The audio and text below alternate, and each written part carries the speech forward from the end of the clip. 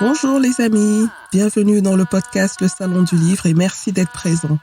Je suis Assel Nadal, ingénieure IT, entrepreneur littéraire et fondatrice d'afrolivresses.com, le magazine littéraire en ligne de l'Afrique et de sa diaspora. Si vous êtes un passionné de livres, si vous souhaitez mieux comprendre l'évolution du secteur du livre dans le monde en général, en Afrique et dans sa diaspora en particulier, alors ce podcast est exactement ce qu'il vous faut. Avec mes invités, retrouvez-nous tous les vendredis pour l'actualité littéraire et autres thématiques autour du livre. Et c'est parti pour un nouvel épisode du Salon du Livre. Bonjour, bonjour. Si je vous demandais de vous souvenir des moments qui ont été des tournants décisifs dans votre vie, à quoi pensez-vous? J'imagine que vous avez peut-être à l'esprit une rencontre, une trahison, un échec, un mariage, une naissance, une maladie, un décès ou peut-être un défi. Ces événements nous transforment, nous font parfois grandir, comme s'ils étaient des rites de passage initiatique vers la maturité. C'est aussi le cas d'Osei Tutu, personnage principal du roman initiatique, Ashanti, le maître des bois sacrés, premier roman de Marie-Christine Boni, inspiré de l'histoire d'Osei Tutu, 4e souverain du royaume Ashanti, royaume situé sur la côte de l'Or, l'actuel Ghana, en Afrique de l'Ouest. Sur la 4e de couverture du roman, on peut lire ceci. Ashanti, le maître des bois sacrés, raconte l'ascension au pouvoir d'un jeune prince de sang royal, Osei Tutu, et sa revanche obstinée sur un destin de vassal au service du tout-puissant et sanguinaire roi de Dinkira. Contraint à l'exil, durant 13 longues années, après son aventure amoureuse avec la nièce du roi Dinkira, il fut rétabli sur le trône. Dès lors, un seul destin l'animerait, libérer l'Ashanti de sa tutelle et faire de Kumasi le royaume phare de la région en mettant sur pied une vaste organisation politique et militaire et en contrôlant le commerce de l'or, des armes et des esclaves. Dans ce nouvel épisode, je reçois Marie-Christine Boni qui partage une partie de son propre parcours initiatique qui l'a menée jusqu'à l'écriture de ce très beau roman. Bonne écoute en compagnie de Marie-Christine Boni.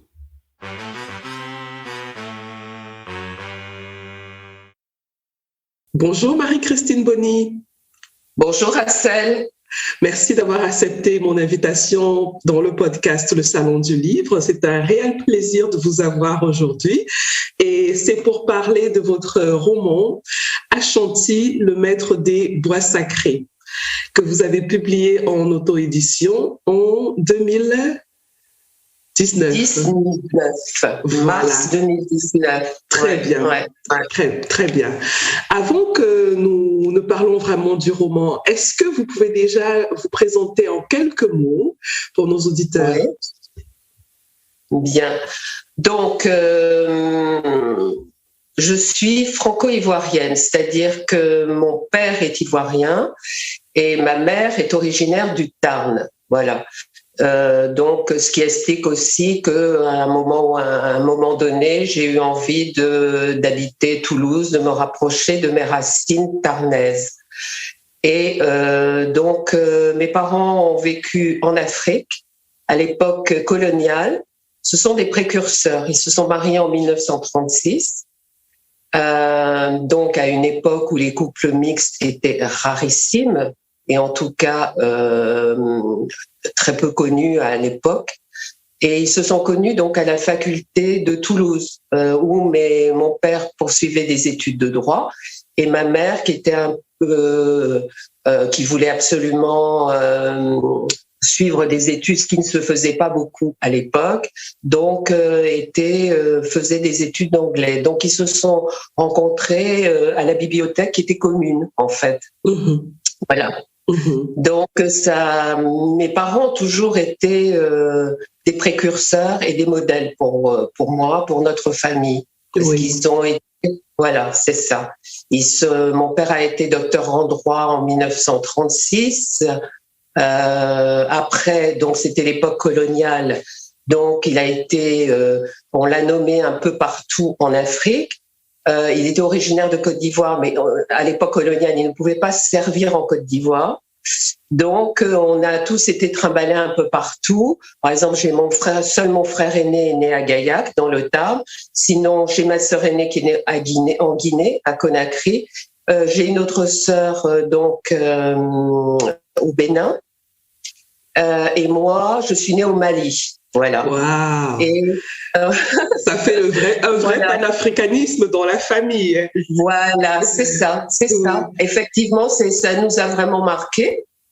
Et cette double culture, en fait. Oui. Voilà. Donc, c'était l'époque coloniale. C'est vrai que la culture française a été prégnante. Ma mère disait toujours, comme on était un couple mixte, et il y avait des anecdotes très drôles, puisque le nom de Bonnie, en fait, à l'époque, pour les gens, ne faisait pas un nom africain. Alors, c'est africain, voilà. Oui.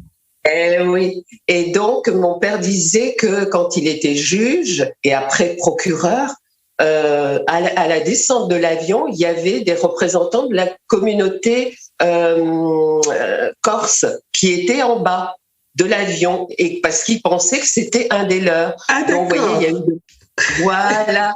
Donc voilà, et quand il voyait, mon père était noir, oui. Et donc quand il le voyait descendre, ça a toujours été la stupéfaction. Voilà. Voilà.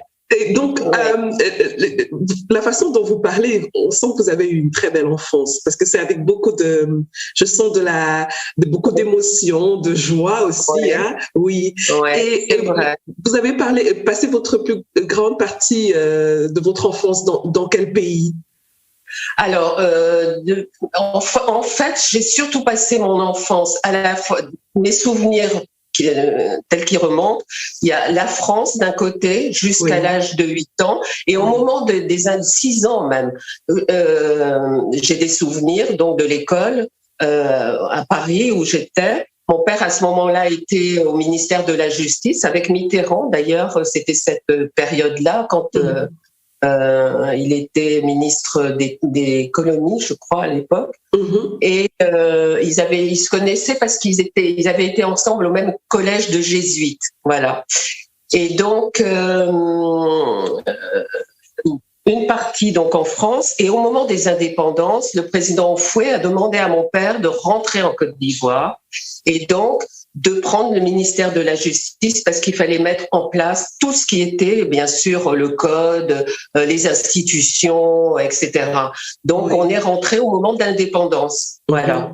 Et donc, moi, j'ai vécu une partie jusqu'à 13 ans en Côte d'Ivoire. Et puis après, eh bien, on m'a envoyé terminer mes études en France, à Paris. Vu l'époque, ça veut dire que vous avez grandi dans un milieu très intellectuel. Est-ce que c'est de là qu'est parti votre penchant pour l'écriture? Alors, pas du tout. En fait, bon, c'est vrai que j'étais bonne dans les matières telles que le français, l'histoire, la géographie. Il faut pas m'en parler. Je sais pas. J'ai un grand vide à ce niveau-là. Oui. Bon, c'est vrai pour les matières littéraires. Donc, j'étais assez bonne. Mais franchement, l'écriture ne m'a jamais. Si, j'aimais bien écrire. Mais pour moi, l'écriture, vous savez, intimiste. L'écriture intimiste, écrire un journal. À mon époque, ça se faisait beaucoup. Voilà. Les jeunes filles, je sais pas, quand vous aviez 14 ans, vous offrez un journal intime. Oui. Voilà. Bon. Ouais. Et donc, bon, moi, ça ne m'a jamais plu. En fait, à l'époque, j'étais plus, parce que j'ai ça en moi, une sportive. C'est-à-dire que, voilà, il y avait deux choses qui me passionnaient. C'était l'équitation. J'avais un rapport avec les chevaux très fusionnel. Et la natation. Voilà. Donc, j'ai été plus dans ma jeunesse, ça a plus été ce côté-là. Le côté littéraire est venu beaucoup plus tard, en fait. À quel moment il est venu alors, le côté littéraire? En fait, le côté littéraire, il est venu Et même encore, je dirais, je n'ai jamais été, bon, c'est vrai que j'ai passé mon bac, etc. Bon, à l'époque, on était formés, il fallait avoir une très bonne culture générale, etc. Mais moi, j'ai été imprégnée par mon époque, c'est-à-dire le côté politique de l'époque. Oui. Voilà. Et mes lectures ont suivi mes intérêts politiques, c'est-à-dire dans les années 70, il y avait bien sûr la guerre, il y a eu la guerre du Vietnam. Bon, même en venant un peu plus tôt, ce qui m'a beaucoup marqué dans ma vie, c'est tout ce qui concerne les camps de la mort, la Shoah, etc. Donc, il y a une personne qui m'a vraiment suivie tout au long de ma vie, parce que pour moi, c'est vraiment quelqu'un de résilient. C'était Martin Gray, qui avait connu, donc qui a écrit au nom de tous les miens, et qui a connu les camps. Il a perdu toute sa famille, sa propre famille, avant que lui-même n'en fonde une. Et Martin Gray, donc, est rescapé de Varsovie. Donc, déjà, en lui-même, il y a eu très peu de rescapés de Varsovie, les rescapés des camps, et où il a perdu toute sa famille, et après, il a fondé sa propre famille. D'accord ? Il s'est installé dans le sud de la France, et là, il y a eu un énorme incendie. Il avait 4 enfants, sa femme et ses 4 enfants ont péri dans l'incendie. Voilà. Et voyez cet homme qui avait perdu toute sa propre famille dans les camps, qui s'en est sorti en disant, au nom de tous les miens, je vais survivre, oui. Je fonderai ma propre famille, il la perd. Et donc, l'exemple voilà. Et moi, cet homme m'a souvent suivi parce que vous savez, quand on a des moments de découragement, etc. et tout, je me suis toujours dit, bon, allez, pousse-toi un peu parce qu'il y a des gens qui ont connu des choses bien plus terribles dans lesquelles ils se sont révélés et ça m'a aidé. À différents moments de ma vie, cet exemple-là m'a aidé. Oui. Bon, après, à mon époque, il y a eu la guerre du Vietnam. Alors, la guerre du Vietnam qui a été la guerre la plus télévisée, la plus médiatisée en fait. On avait des photos, des reportages, etc. Ça m'a énormément marqué. Voilà. Et il y a un livre aussi qui m'a suivi toute ma vie, qui s'appelle Sky, par Chauvel, Patrick Chauvel, qui était reporter de guerre à l'époque, qui était un jeune reporter, il avait que 18 ans, qui venait, son père était diplomate, donc d'une très bonne famille en France, et comme il était un peu turbulent, ses parents étaient contents qu'il parte un peu apprendre la vie sur les terrains de guerre. Donc, il est parti comme ça au Vietnam. Et comme il était casse-cou, en fait, on l'a mise dans des forces spéciales qu'avaient les Américains. Et d'ailleurs, donc, ils ont tué l'existence, Mordicus, donc ils ont tué l'existence. Et c'était un groupe de Apaches. Parce que les Apaches avaient cette possibilité de se déplacer dans la forêt vierge de façon silencieuse. Voilà. Et les Nord-Vietnamiens avaient très, très peur d'eux. Et donc, Patrick Chauvel va faire ami avec un de ces Apaches qu'il appelait Sky parce qu'il avait les yeux gris. Cet Apache était moitié écossais, moitié donc américain. Et donc, il était rentré il avait été pris par les Américains parce que, sortant un jour de sa réserve indienne, il va dans un bar, il veut prendre une bière, on ne veut pas le servir, donc il se bat avec le tenancier là du bar, et donc il est bien sûr emprisonné. Et donc, il est emprisonné pour 20 ans, quoi. Il a 16 ans à l'époque, il est emprisonné pour 25 ans. Voilà. Et à ce moment-là, l'armée américaine va lui proposer de rejoindre cet escadron de la mort, en fait. Parce qu'on savait qu'ils allaient à la mort, vous voyez. Voilà. Donc ça aussi, cette amitié, ça m'a marqué parce que à notre époque, la littérature rejoignait la politique, vous voyez. Oui, voilà. Oui. Voilà, c'est ça. Alors, donc, ces influences-là, est-ce qu'elles ont été essentielles pour l'écriture de Ashanti? Ah, vous voulez toujours me ramener à l'écriture. Mais en fait, moi, l'écriture, j'y suis arrivée vraiment par hasard, vraiment par hasard. C'est-à-dire que, comme je l'explique dans la propos de mon livre, je regardais la bibliothèque de mes parents et là, je redécouvre un livre que j'avais acheté pour mes enfants et donc qui s'appelait La légende de la reine Pokou. Et donc cette reine Pokou, qui aurait été une princesse Ashanti, il y aurait eu donc des problèmes de succession lors de la mort de son oncle, et donc sa famille doit être complètement décimée. Et pour échapper donc à l'ordre qu'on avait donné de décimer sa famille pour l'empêcher d'accéder au trône, donc elle s'enfuit. Et c'est comme ça qu'elle sera arrivée donc à la rivière Bia, qui est une des rivières de Côte d'Ivoire. Et elle aurait donc traversé cette rivière. Pour traverser, elle ne pouvait pas parce que c'était la saison des pluies, donc la rivière était trop haute. Donc elle demande à son devin qui la suivait, donc qu'est-ce qu'elle devait faire pour traverser, parce que sinon ils allaient tous être massacrés. Et donc le devin lui dit: donne ton fils, ce que tu as de plus précieux, et ce que tu as de plus précieux, c'est ton enfant nouveau-né. Donc elle va l'offrir en sacrifice, et la légende raconte que les crocodiles ont formé, tous les crocodiles du fleuve sont venus à ce moment-là et se sont mis les uns derrière les autres pour permettre à l'armée de passer la rivière. Et à ce moment-là, quand le dernier guerrier est passé, ils se sont enfuis. Enfin, ils sont revenus dans le cours de la rivière.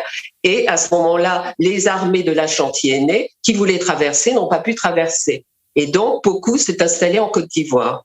Donc, et c'est là où elle a fondé l'ethnie Baoulé, parce que en Baouli, ça veut dire l'enfant est mort. Donc, elle a fondé l'ethnie Baoulé, qui est en fait un des nombreux groupes à Caen, dont la maison mère, disons, est en Ashanti. Voilà. Donc, j'ai voulu savoir donc si ça reposait sur des bases historiques, parce que moi, avant, je l'avais lu comme une légende. Et je pose la question en allant dans le village de mon père, à Tiasalé, et un de mes oncles me dit si, on est d'ailleurs apparenté à cette reine. Bon, je dis bon, tout le monde est descendant de prince.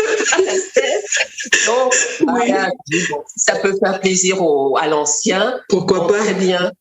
Pourquoi pas? Voilà. Oui. Donc voilà, c'est resté quelque part. Et quand j'ai commencé à travailler, je travaillais à l'UNESCO. Voilà. Et j'avais le délégué de la Côte d'Ivoire auprès de l'UNESCO. J'étais assistante de direction à l'époque. Et donc, le délégué de l'UNESCO était docteur en histoire. Et donc, je lui ai maintenant posé la question. Mais il m'a dit, oui, effectivement, il y a des références historiques. Et ça m'a donné envie, justement, de faire des recherches, mais des recherches sur cette légende. Et je me suis dit, en fait, je vais pouvoir aller à la rencontre de la culture de mon père. C'est-à-dire que moi, en voyant mon père qui était magistrat, donc quand on allait à Tiasalé au village, il y avait la patame sous lequel tous les gens de Tiasalé venaient et ils réglaient les problèmes villageois, vous voyez. Donc je voyais comment les gens s'adressaient à lui, je voyais quand il y avait des funérailles, il y avait certaines cérémonies. J'ai vu mon père aussi danser la danse des sages, mais en Afrique, on n'aime jamais trop vous expliquer. Oui, c'est comme ça. Un culte du secret un peu quand même. Hein. Voilà, c'est ça. Tu sais ou tu sais pas. Oui. Voilà. Donc, vous voyez, il y avait toujours une petite frustration.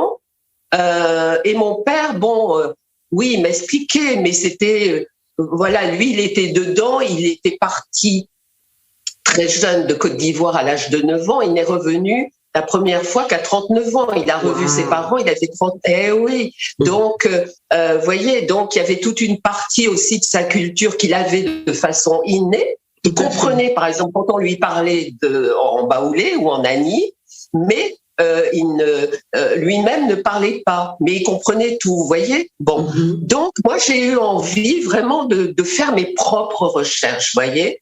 Et à ce moment-là, donc ce délégué de la Côte d'Ivoire donc m'a dit, écoute, on va faire un deal. Une fois par semaine, je te libère le mercredi après-midi et tu vas faire tes recherches. Donc, il m'a ouvert les portes du Centre de recherche africaine Et c'est là où petit à petit, j'ai commencé, vous voyez, mes recherches. Mais pour l'instant, l'Ashanti, c'était juste pour... mon point de départ, c'était Pokou, vous voyez. Oui. Et donc, voilà. Donc, Pokou était apparenté à un roi Ashanti. Donc, je ne savais même pas ce que c'était. Donc, petit à petit, j'ai découvert vraiment comme une porte qui s'ouvre, enfin des tiroirs. À chaque fois que j'ouvrais un tiroir, je découvrais quelque chose qui m'amenait à d'autres choses, vous voyez. Oui. Voilà. C'est pour ça que j'ai une bibliographie assez riche en fait sur Ashanti, mais qui est essentiellement en anglais. Et c'est là où j'ai découvert que lors de la colonisation, puisque ils ont été colonisés par les Anglais par rapport aux Français qui eux voulaient détruire tous les vestiges, la culture, la religion des autochtones, les Anglais s'en fichaient complètement. Au contraire, ils voulaient utiliser les cultures autochtones pour en fait dealer avec le pouvoir en place. Voilà. Donc, dans leurs armées, quand ils voulaient conquérir des territoires, il y avait toujours un ethnologue. Et c'est comme ça que, voilà, j'ai découvert le capitaine Rattray. Alors, si on veut connaître l'histoire de l'Ashanti, alors là, c'est un ethnologue qui a fait le travail. Donc, il y a non seulement un travail d'historien, mais un travail sur la culture, les traditions, les coutumes, tout y est chez Rattray, voyez. Donc, après, j'ai découvert d'autres choses. Bowditch, par exemple, qui était un découvreur au XVIe, XVIIe siècle, lors de l'implantation des premiers comptoirs côtiers sur le golfe de Guinée, vous voyez. Donc, au fur et à mesure, je suis rentrée, j'ai dépassé même le cadre de Pokou. De Pokou, oui. Voilà, j'ai complètement dépassé et j'ai découvert donc le rôle des Ashanti aînés. Et c'est à ce moment-là que j'ai découvert que le premier Ashanti aîné s'appelait Osei Tutu. Et en fait, Osei Tutu était l'oncle de Pokou. Donc, moi, j'ai eu une recherche complètement disparate. Il ne s'agissait pas du tout d'écrire un livre. Hein. Vous voyez, c'était pour moi. Pour dire, mon père m'a toujours parlé des Ashanti en disant, ce sont nos cousins. C'est-à-dire que quand on va là-bas, c'est les mêmes traditions, on se comprend, etc. Vous voyez ? Oui. Alors, donc, vous partez des recherches et petit à petit, vous tombez sur des éléments qui vous font découvrir Osei Tutu. Voilà. Oui. Et là, c'est le coup de foudre. Oui. Voilà. Oui. C'est-à-dire que là, à partir du moment où je quitte ma simple recherche, donc Pokou, qui est ivoirienne, les ascendances ivoiriennes, je tombe sur Osei Tutu. Et là, je découvre voilà quelqu'un qui a eu vraiment un sens politique très très bon. Déjà une histoire un petit peu romanesque, et ensuite quelqu'un qui a vraiment été un précurseur politique. Il a eu une vision politique pour dire moi je suis Ashanti, je suis vassal d'un très grand royaume qui s'appelle le Dankira. Lequel royaume est puissant parce qu'il commerce avec les Européens. Donc, il faut qu'un jour je sois aussi puissant que lui.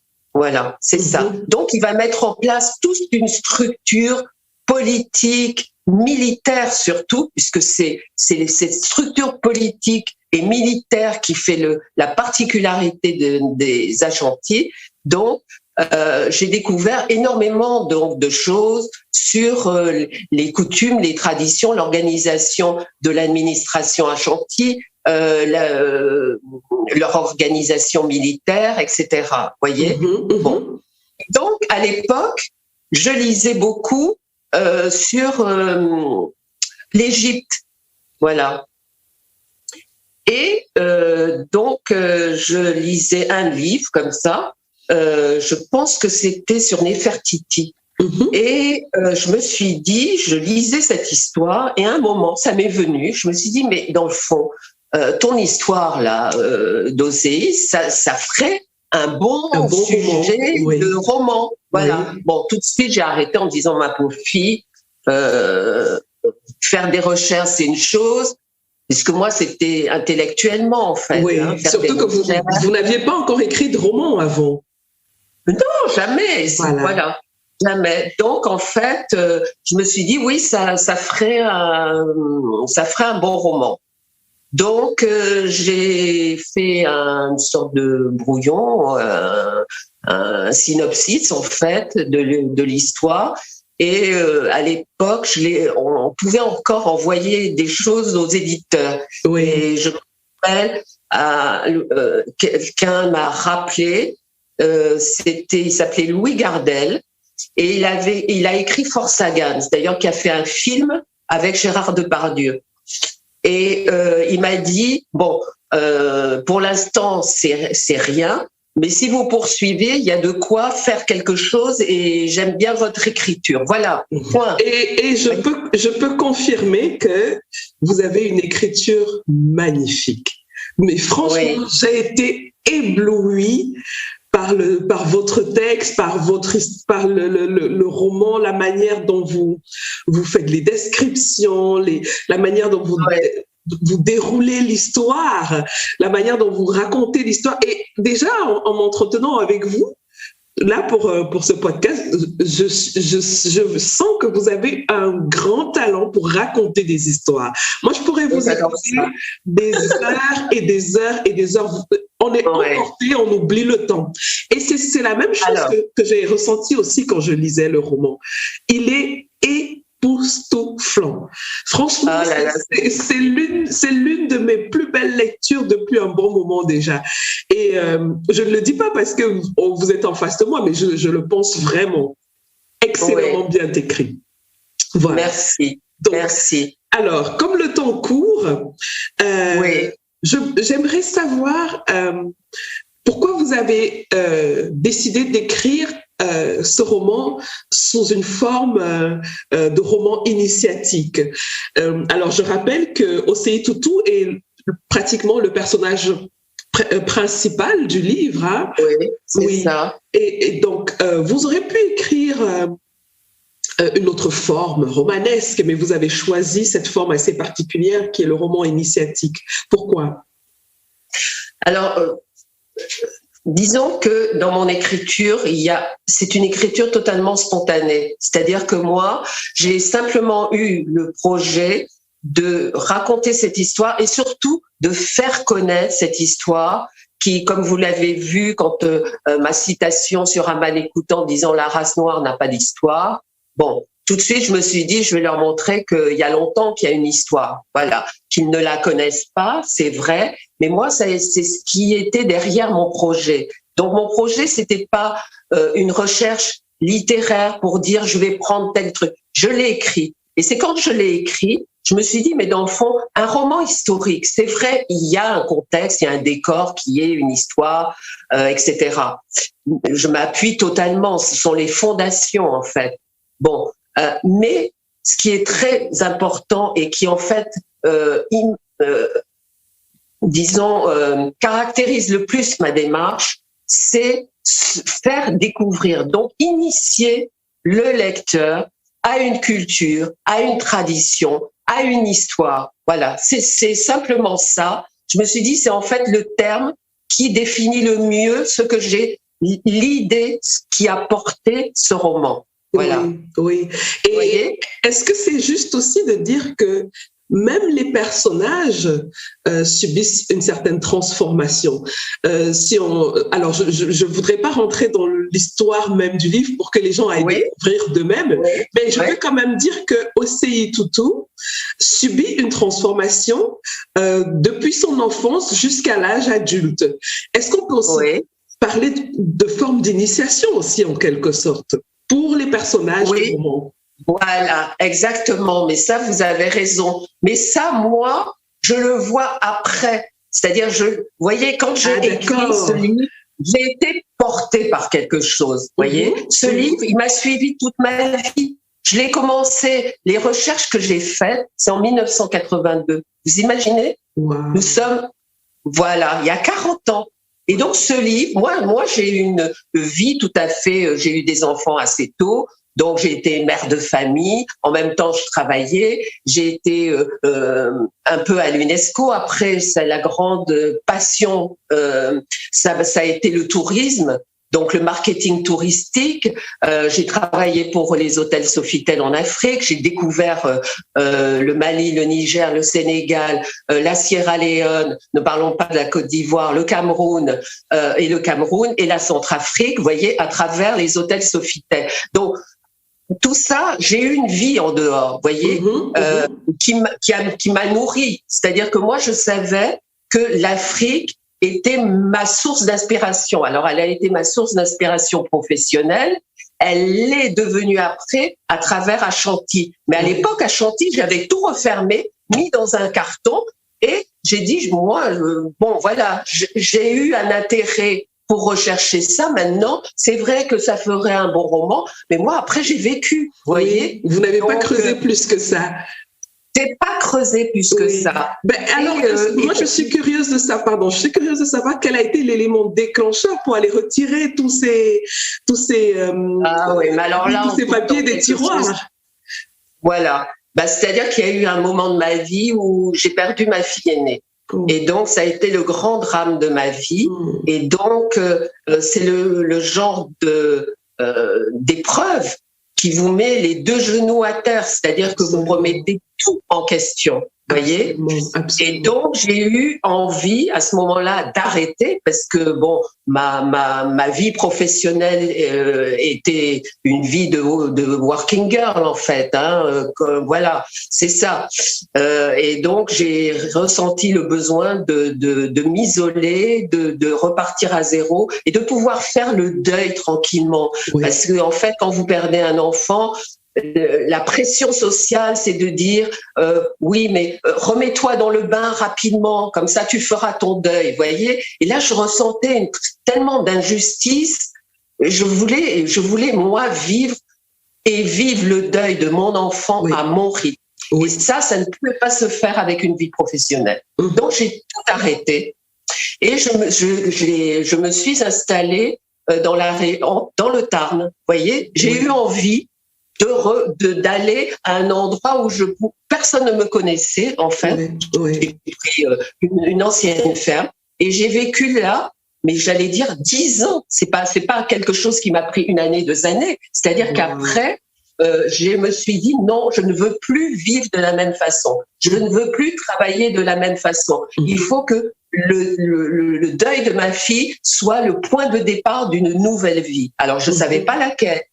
Mais comme j'avais du temps, à ce moment-là, à l'époque, j'avais pris des notes sur papier. Donc, je me suis dit, tiens, je vais commencer sur l'ordinateur à mettre mes notes au propre. Voilà, sur l'ordinateur. Voilà, parce que au fil et à mesure des déménagements, parce que moi j'ai toujours un peu déménagé, toujours une valise dans la tête, donc c'est vrai que mon carton, il était abîmé, il y a des feuilles qui étaient presque illisibles, vous voyez, donc il a fallu ça m'a pris presque 2 ans pour tout remettre bien, de créer, vous voyez. Structurer le tout, oui. Voilà. Et là, à ce moment-là, je sais pas ce qui s'est passé, j'ai ressenti un besoin vraiment de maintenant m'asseoir et d'écrire.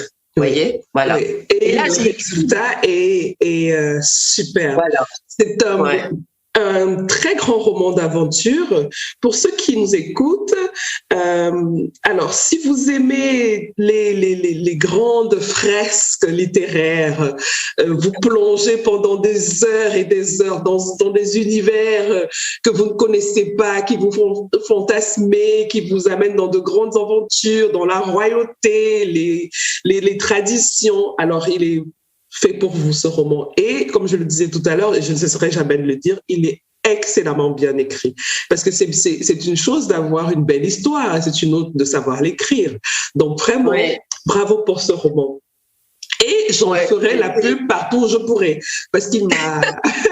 Oui, et d'ailleurs, j'en profite pour dire que mon premier lecteur est celui qui m'a aidé à dépasser, parce que c'est vrai qu'on ne se voit pas, on ne sait pas soi-même juger. Et donc, je me disais, voilà, parce qu'on a tendance à ne voir que les imperfections, en fait. Tout à fait.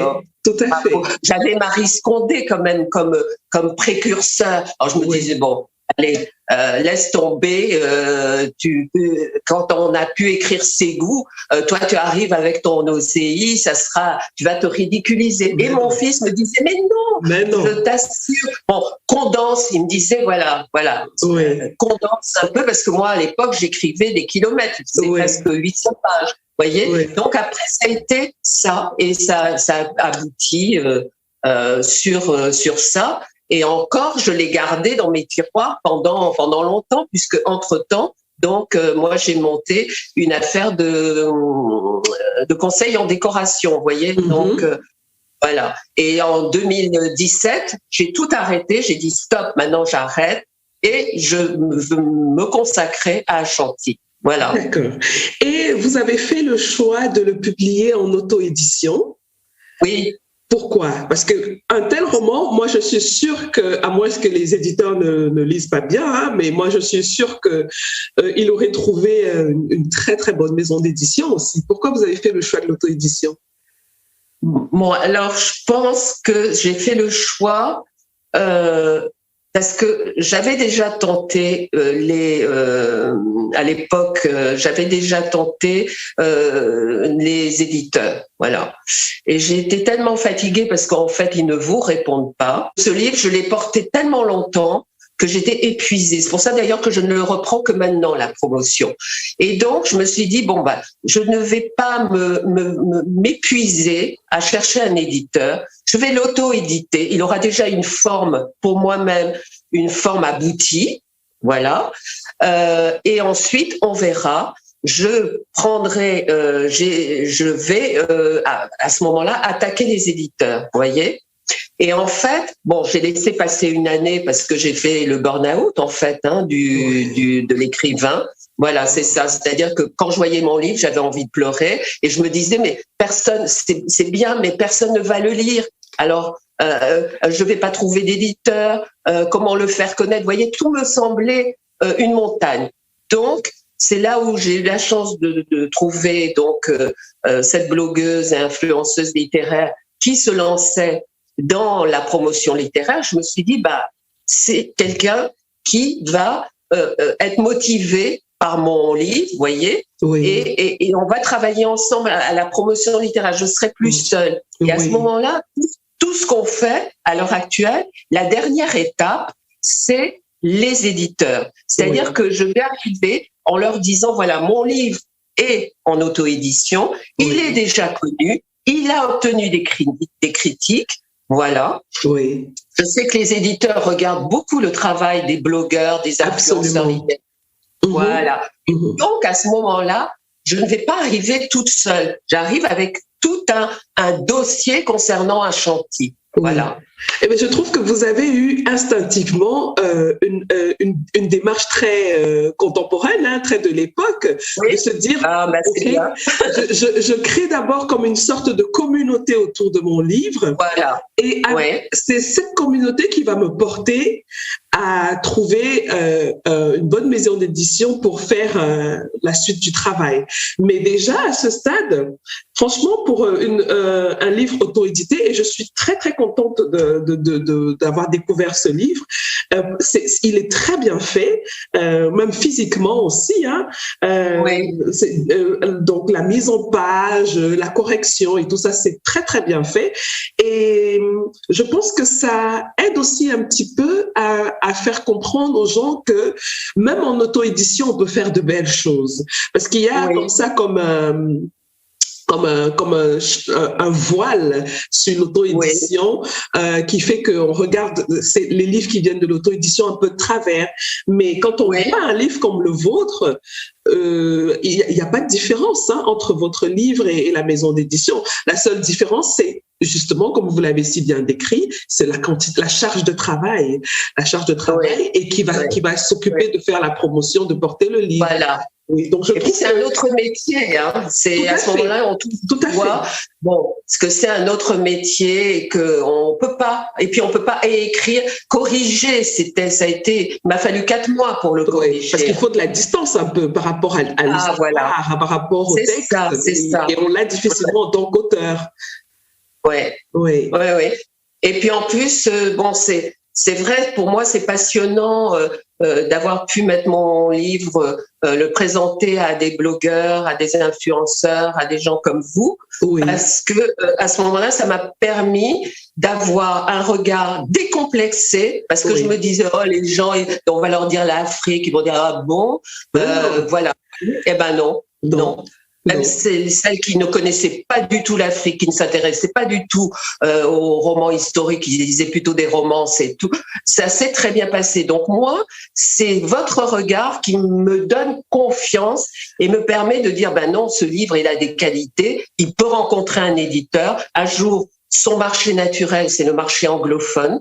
C'est pas le marché francophone, c'est le Ghana, c'est l'Angleterre, c'est les États-Unis. Et là, il y a toute une diaspora noire américaine qui sera intéressée par cela. Mais là, il faut un éditeur, voyez. Voilà. Mais à défaut d'un éditeur, il faut au moins un agent. Moi, je pense qu'il faudrait peut-être regarder du côté des agents littéraires. J'ai même envie de faire une communication auprès de vous, des blogueurs, etc., pour dire, écoutez, mettez vos ressources à ma disposition si vous pensez que c'est l'éditeur, voilà, un peu, voilà, pour élargir un peu le champ. Mais bon, j'ai confiance. Je ne sais pas pourquoi ce livre est resté dans ma vie tellement longtemps qu'il ne va pas s'éteindre. Non, il a quelque chose. Il a quelque chose. Vraiment, je trouve que c'est un petit bijou. Et je ne dois pas vous cacher qu'aussi, je me dis, mais si on pouvait en faire un film, une série, j'avais les images dans ma tête, je voyais les costumes, voilà. Voilà, c'est bien. Même une bande dessinée pour enfants, parce que c'est pas un livre pour enfants. Pourquoi pas? Mais ça serait bien, un peu comme... il y a beaucoup de choses à faire. Hein. Il y a beaucoup de choses à faire, et ça va m'occuper encore un certain temps. Oui, c'est sûr. Voilà. Alors, on va bientôt terminer notre échange. J'aurais pu le continuer jusque je ne sais pas combien d'heures. En fait, on est fini. Je prends plaisir à parler de mon livre. Oui. C'est vrai. Oui. Alors, est-ce que vous avez un projet d'un autre livre? Alors non, pour l'instant non, parce que je vais me consacrer vraiment à celui-ci. À celui-ci, parce que je veux qu'il aille au bout. Voilà, qu'il ait sa vie. Donc, monter un autre projet à l'heure actuelle. Bon, un jour, parce que vous savez, comme vous avez vu, j'ai dédié ce livre à mes petits-enfants, je suis très... je suis hantée par la transmission. C'est-à-dire que moi, mes petits-enfants sont des petits-enfants de maintenant. Ils ont vécu aux États-Unis, au Japon. Maintenant, ils sont en Australie. J'ai envie à travers ça, de leur laisser des points de repère. Alors, ils auront des points de repère sur leurs racines africaines. Moi, j'ai été très marquée par les années 70. Voyez, donc la culture, la musique, les films, etc. Et je pense que c'est une époque que j'ai envie de leur léguer aussi. Oui, voilà.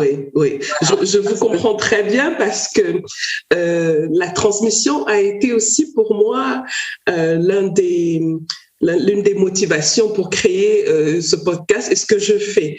Parce que je me disais, si on n'archive pas ce que les artistes produisent aujourd'hui, si on ne leur donne pas la parole, on ne prend pas le temps de les écouter, de créer des espaces pour qu'ils puissent s'exprimer, mais comment on saura ce qui s'est passé il y a 10, 20... Voilà. Bon, on a l'impression aujourd'hui que, avec Internet et tout, on sait tout ce qui se passe, mais ce n'est pas vrai.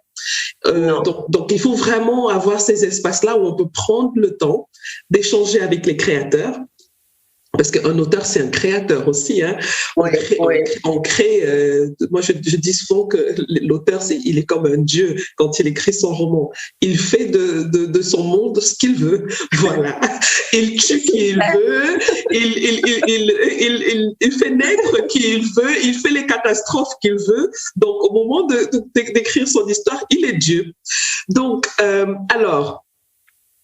Dernière question, parce qu'il faut bien qu'on termine l'échange. Dernière question. Alors, je rappelle le livre, le titre du livre, Ashanti, oui. Le maître des bois sacrés, roman. On peut le trouver sur toutes les plateformes de vente classiques. Et dernière question, comme je disais, s'il y a quelque chose que vous voulez qu'on retienne de ce roman, qu'est-ce que ce serait? Alors, tout, en fait. Oui. Mais oui, c'est tout. Je peux pas choisir dedans. Ce qui est important, c'est de savoir, comme on en revient au préambule de mon livre, c'est que il y a une histoire en Afrique et on n'a pas à rougir parce que vous êtes camerounaise, mais je veux dire le Cameroun est riche de cette histoire. Il n'y a pas un pays africain. Le Bénin est riche de son histoire. Oui. Le Mali est riche de son histoire. Enfin, tous nos pays sont riches de leur histoire. Oui. Or, on dirait qu'il y a un grand vide. On connaît les Zoulous. Et on connaît les Égyptiens. Voilà, les Égyptiens, tout ça, bon, on connaît beaucoup. Voyez, mais après, l'Afrique noire, c'est voilà, c'est rien, c'est le continent obscur, quoi. Oui. Et en fait, moi, je voudrais que justement les gens partent à la découverte de cette histoire, de ce pan, et je pense que même pour les jeunes qui sont issus les jeunes qui vivent qu'on dit vivre en banlieue, etc. Je pense que des livres comme ça, savoir qu'ils peuvent se référer à une histoire qui est aussi la leur, ils peuvent en être fiers également. Il y a des sources de cette histoire qui leur servent également. Quand on voit toute la sagesse qu'il y a dans les proverbes, oui. Ben oui, c'est ça, c'est une richesse. Vous en avez beaucoup utilisé, beaucoup de métaphores aussi dans le voilà, roman. C'est ça. Oui. Voilà. Oui, et c'était aussi quelque chose qui me faisait sourire à chaque fois parce qu'il y a certaines métaphores que je reconnaissais. Je me souvenais de ma grand-mère. Oui, ma grand-mère disait quelque chose à peu près pareil. Et voilà, c'est vraiment, on se retrouve dans un univers qu'on connaît un peu sans vraiment le connaître. Donc, il y a des sensations comme ça où on se dit, mais je connais un peu cette situation. Oui. Donc, en tout cas, on s'identifie à beaucoup de scènes, oui. Oui. Merci beaucoup, Marie-Christine Boni. Merci beaucoup. Oui, de rien. Merci à Celle de m'avoir donné l'occasion, déjà, de parler de ce livre et de manifester votre intérêt pour Ashanti. Ça me touche beaucoup parce que l'écriture, c'est solitaire. Je sais. Oui. Voilà. Oui. Et quand on fait lire aux uns et aux autres, bon, c'est pas des avis de personnes qui ont l'habitude ou de lire beaucoup. Je veux dire, la critique littéraire, c'est difficile. Oui. C'est difficile. On sait qu'on aime un livre ou on n'aime pas. Voilà. Hein? Donc, mais vous avez su mettre des mots, c'est vrai, c'est très enrichissant pour moi parce qu'en fait, tous les blogueurs littéraires, les influenceurs sont en fait des passionnés de lecture. Absolument, absolument. Voilà. Et ça, c'est formidable, vous voyez. Oui. Voilà. En tout cas, moi, c'était un vrai plaisir déjà de faire votre connaissance parce que vous avez quelque chose de lumineux en vous comme ça qui me touche beaucoup. Et donc, je suis toujours très reconnaissante d'avoir des gens qui peuvent m'enrichir aussi personnellement. Hein. Et donc, et de continuer le travail de transmission, comme on disait, par la voie de ce podcast. Donc, j'encourage vraiment ceux qui nous écoutent à aller découvrir ce très, très beau livre qui s'appelle, je le répète, Ashanti, le maître des bois sacrés. Merci Marie-Christine Boni. À bientôt. Merci Astelle, ça a été un grand plaisir. Au revoir, à bientôt. Au revoir. Voilà les amis, c'est terminé pour aujourd'hui. Merci d'avoir écouté jusqu'au bout. Si vous avez aimé cet épisode, je vous serais vraiment reconnaissante de vous abonner au podcast pour être notifié de la publication des prochains épisodes. Vous pouvez aussi partager l'épisode, y laisser un commentaire ou le noter avec 5 étoiles. Vous pouvez poser vos questions par WhatsApp en envoyant un message au numéro +237 6 80 81 54 24. À bientôt les amis.